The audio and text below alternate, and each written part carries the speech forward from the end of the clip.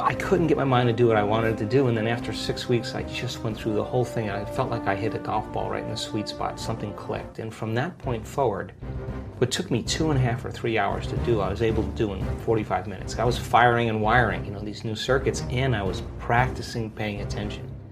And then all of a sudden, I started noticing dramatic changes in my health like this. And the moment I started noticing changes in my body, what was going on outside of me, I started correlating at what I was doing inside of me. Now I was just hooked, and I just started doing it with more passion and more sincerity. Anyway, back on my feet in 10.5 weeks, back training at 12 weeks, back in my clinic, and Wow. I just made a deal with myself that if I was ever able to walk again, I'd spend the rest of my life studying the mind-body connection and mind over matter. And then that led me to just stop everything in my life. I just wasn't the same guy. I'd just been initiated into something, and sold my practice, sold my home. You sold it all. Sold it all, moved to the Northwest, and just started asking bigger questions like, who am I? Why am I here? What are we doing? What happens when we die? And how did all this happen for me? What was the process? I started studying the science behind it, and I couldn't find it in any conventional textbooks because this was unconventional, right? And miraculous is kind of unconventional. So I started studying quantum physics and neuroscience and epigenetics, and it started making sense. I started building this model of understanding. Then I asked the fundamental question, has anybody else done it? So then I traveled to 17 different countries and interviewed hundreds and hundreds of people with serious health conditions that were treating either conventionally or unconventionally. They were staying the same or getting worse, and all of a sudden they got better. So what was the cause that produced the effect, And the stories and what I learned was so amazing. I went back to school and studied neuroscience, because mind was such a strong element. It wasn't diet, it wasn't celibacy, it wasn't any of those things. It was just really this element. And so then I was able to figure out that there were 4 common things. And then I wrote a book about it, and then I thought, God, if this works really on people that were sick and are better, and they come from all walks of life, all colors, all races, all genders, sexual preferences, but all of a sudden, I wanted to see if I was able to reproduce it. So then I started seeing, okay, let's see if we can teach this, be able to reproduce the outcome, because that's science, right? So I went through about... What were the 4 common things? The first one was that they all believed and accepted that there was an intelligence that lived within them that was giving them life. And these people you interviewed who had had injuries that overcame them? No, these are people with cancer, MS, lupus, Parkinson's disease. Who got better? Yeah, just spontaneously. It's called a spontaneous remission. So they believed there was an intelligence. There was some invisible life force that they were connected to, that they felt like they had lost their connection to. They became separate and disconnected from. And that when they got the diagnosis, they woke up and said, man, I got to connect again, and I got to connect to my essence. And so they developed a relationship with it. Just like you develop a relationship with anybody. It takes time, you got to be present, you got to connect, you got to experience, you got to be present. All of these things are important elements. So that was the first thing. The second thing was that they realized that it was the mismanagement of their emotions and the hormones of stress that really began to create their condition. Now, stress is when your brain and body are knocked out of balance. Stress is when your body's knocked out of homeostasis. We have an innate mechanism in our body that returns us back to order. So then if someone cuts you off on the LA freeway, you have an emotional reaction, but 15 minutes later you're back to driving and you're over it, right? That's all organisms in nature can tolerate short-term stress. But when it's all day long, all week, all year. Yeah, so if you're reacting to, like if Tyrannosaurus Rex is chasing you, you have to make a decision. Am I going to use 20% of my energy or am I going to use 100%? So it turns out when you're reacting to traffic... 200%. Oh, right, or if you're reacting to your coworker sitting in the cubicle next to you, right. You're turning on that response, and what was once very adaptive becomes very maladaptive, because when you turn on the stress response and you can't turn it off, now you're headed for disease, because nobody can live in emergency mode for that extended period of time. Well, human beings, we can turn on the stress response just by thought alone. You can think about your problems, and you're producing the same biological effects. So those chemicals give the brain and body a rush of energy. And people become addicted to that rush of energy. So now they use the problems and conditions in their life to reaffirm their addiction to that emotion. They need the bad job. They need the poor relationship. So that means they become addicted to the life that they don't even like. Right? Why do we need the bad job or bad relationship and stay stuck in those? Because it's a conditioned response. So listen, if you get angry at a coworker and all of a sudden you get an arousal in your brain and body, right? You get a rush of energy. When you start noticing that your body starts dropping, your brain starts noticing your energy starts dropping, you're automatically going to have the image of the coworker in order to what? Give your body the next jolt, right? So all of a sudden people become addicted to their own thoughts, right? So these people realize that, oh my God, I've been mismanaging my attention and energy, and I gotta get beyond my past. I gotta get beyond these emotions. I gotta make some big changes. I gotta break the habit of being myself. I gotta stop being this person. Now, that sounds really good theoretically and philosophically, but change is such a hard thing, really hard. Right? Because the moment you come back to your senses and you step back into your life and you see that person, or you go to that place, or you're with that experience, so many people are unconsciously reacting in their thoughts and feelings to everything in their environment. So now their environment is controlling how they think and feel. So they realize that in order to change, you got to change the environment. They got to be greater than their environment, greater than the conditions in the world, greater than the circumstances. Be mindful of that every time it comes up. To be like, okay, I'm going to think differently. Right. I'm not going to react this way. I'm not going to go back. I'm not going to go back, because the moment you start reacting emotionally, emotions are a record of the past. And if those emotions are driving your thoughts, you're thinking in the past. And if you can't think greater than how you feel, and you believe your thoughts have something to do with your destiny, you're creating more of your past, right? So it turns out that the repetition of thinking and feeling and feeling and thinking, these loops that people get caught in, condition their body to subconsciously become the mind of that emotion. Which means now their body, as their unconscious mind, is believing they're living in the same past experience 24 hours a day, 7 days a week, 365 days a year.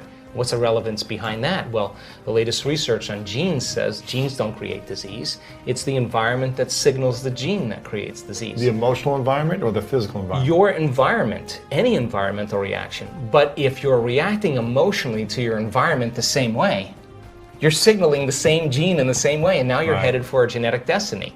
So the hormones of stress push the genetic buttons that create disease. If you can turn on the stress response just by thought alone, your thoughts could make you sick. And if your thoughts could make you sick, is it possible that your thoughts could make you well? So they began to realize that, oh my God, the repetition of thinking and feeling and feeling and thinking caused me to feel guilt, and I don't even know it's guilt, it just feels like me. It's just, I'm used to the same chemical continuity. Now, the moment they decided to change, anytime you decide to change and change anything about yourself, get ready, because it's going to feel uncomfortable. It's going to hurt. You're going to leave the known. Yeah. You're going to leave the familiar, and you're going to step into the unknown. Even if the familiar is uncomfortable and painful, right? It's still going to be painful leaving the pain. Right, because some people are super happy being unhappy. Right. So then they would rather cling to their suffering than take a chance in possibility. So these people said, I really have nothing to lose, right?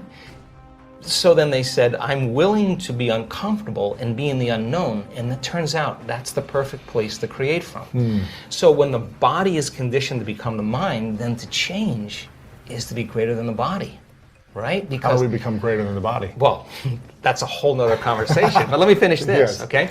So the third thing they said was, okay, so now that I know that I got to break the habit of being myself, and I can't mismanage my thoughts and feelings, I got to change how I act, I got to watch how I speak, I got to become conscious of how unconscious I am, because 95% of who we are by the time we're 35 years old is a set of memorized behaviors, like a computer program, emotional reactions, unconscious beliefs and perceptions. So the first step to change is to become conscious of how you think, to notice how you act, to pay attention to how you feel. And the act of observing those states of mind and body separates you from that program. Now you're the consciousness observing that program. It turns out the more conscious you become of how unconscious you are, lighting a match in a dark place, that first step creates enormous amounts of chaos in the brain and body. And it's disturbing, so people just go back to the same addiction, the same emotion, the same problem. Just feels better. No, that feels familiar. So they said, okay, now I got to change. I got to reinvent myself. Now this is really important because they started sitting down and thinking, okay, who in history do I admire? Who are great people, role models that I can follow? What are the qualities and characteristics that they have? How am I going to change? These are what we call frontal lobe questions. The creative center of the brain switches on and the emotional center settles down. So then they started thinking, how would I have to be in a new life if I was really going to heal? What would I have to change about myself? Now, there's this interesting phenomenon that if you close your eyes and you begin to think about doing something, you're an athlete, you understand this. If you're a background in football and you are running a pattern or you are doing something, you would rehearse it in your mind. Yeah. Turns out that the act of mentally rehearsing something when you're truly present, your brain does not know the difference between what's going on out there and what's going on in here. In fact, your brain will begin to look like you've been doing it for the last 5 days and you've never run the course. So now your brain is no longer a record of the past, because typically it is. Now it's a map to the future. So now you're priming your brain. So that became the very platform. Experiments with piano players. You take a group of people that never played the piano before. You divide them into 2 different categories. You take one group of people, you teach them one-handed scales and chords. You do a brain scan on them. They come and practice for 2 hours a day for 5 days. At the end of 5 days, if you rescan the brain, they grow new circuits on the opposite side of the brain. Nothing magical there. You learn something new. Learning's making new connections.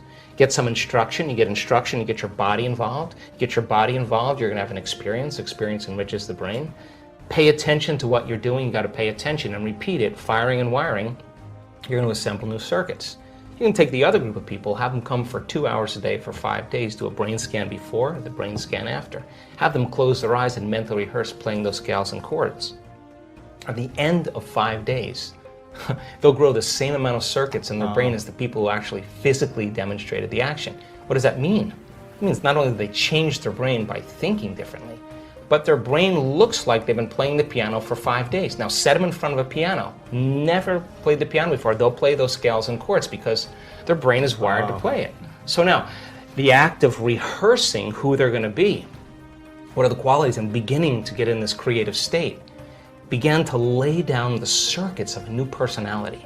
And a new personality is connected to a new personal reality. So the next question is, does that change the body? Take a group of men, have them do one-handed curls in their mind, and bring an emotional component like stronger, harder, more intense. 1 hour a day for 2 weeks. At the end of 2 weeks, 13.5 increase in muscle strength. Wow. Never lifted a weight. Now their body is changing by thought alone. So these people began to reprogram their brain and body. And all of a sudden, they began to act differently. Why? Because they installed the circuits. They began to think differently, of course. They began to feel differently. They were no longer feeling pain. They're actually liking themselves, right? So then if they're living by a different emotion, and they're feeling an elevated emotion before they're healing, before they were healed, they're not waiting for their healing to feel joy and gratitude. They're feeling gratitude and joy. Now their body's believing that it's healed because the body's feeling the emotion ahead of the experience. And if the environment signals the gene and the end product of an experience in the environment is emotion, you're signaling the gene ahead of the environment. And what do genes do? Genes make proteins. And what are proteins responsible? The structure and function of the body. Now you're literally becoming somebody else. And now you're turning down the genes for disease and you're turning up these other genes. So I started to realize that this reinvention process is exactly what we've always done. It's just that we get complacent in certain areas of our life and we stop. Now the last thing they had in common, the fourth thing, is that when they were doing that rehearsal process, that they had long moments where they lost track of time and space. In other words, they were so involved in their inner world of imaging that when they turned the light on in the room or they lift their blindfold up or whatever they were doing, they thought it was 20 minutes later and it was an hour and 20 minutes later. And when you're truly focused and you're truly paying attention and you're in the present moment, all of a sudden you will leave this three-dimensional reality. And when you leave this three-dimensional reality, there's only one other place you go, and that is the realm of thought, and that's called the quantum field. And that quantum field is where all possibilities exist, right? So they were connecting to a field of information that had everything to do with the first principle, which is that invisible intelligence that's both within us and all around us, personal and universal. It It is the unifying field that governs everything material in this world. And if you're going to change something material, that means you got to get beyond your body to heal your body. Right. Because if you're your body trying to heal your body, there's one thing that we can guarantee: it's going to take time. It's going to just take a long time because you're playing by the rules of Newtonian physics. You play by the rules of quantum physics. Energy dictates matter. So when you're truly in the field and you're making changes there, then the downward cascade, neurologically, biologically, chemically, hormonally, genetically, is the side effect of what's happening in the field. It accelerates. It accelerates it, exactly. So you do it in less time because you're more connected to a realm that doesn't play by time. If you want to learn more about how to master your mind, check out this next video right here. Hundreds of thousands of addicts. I've never found one ever that ever believed they're enough. And if we look at the key addictions, shopping, binging on food, binging on alcohol, binging on drugs, sex,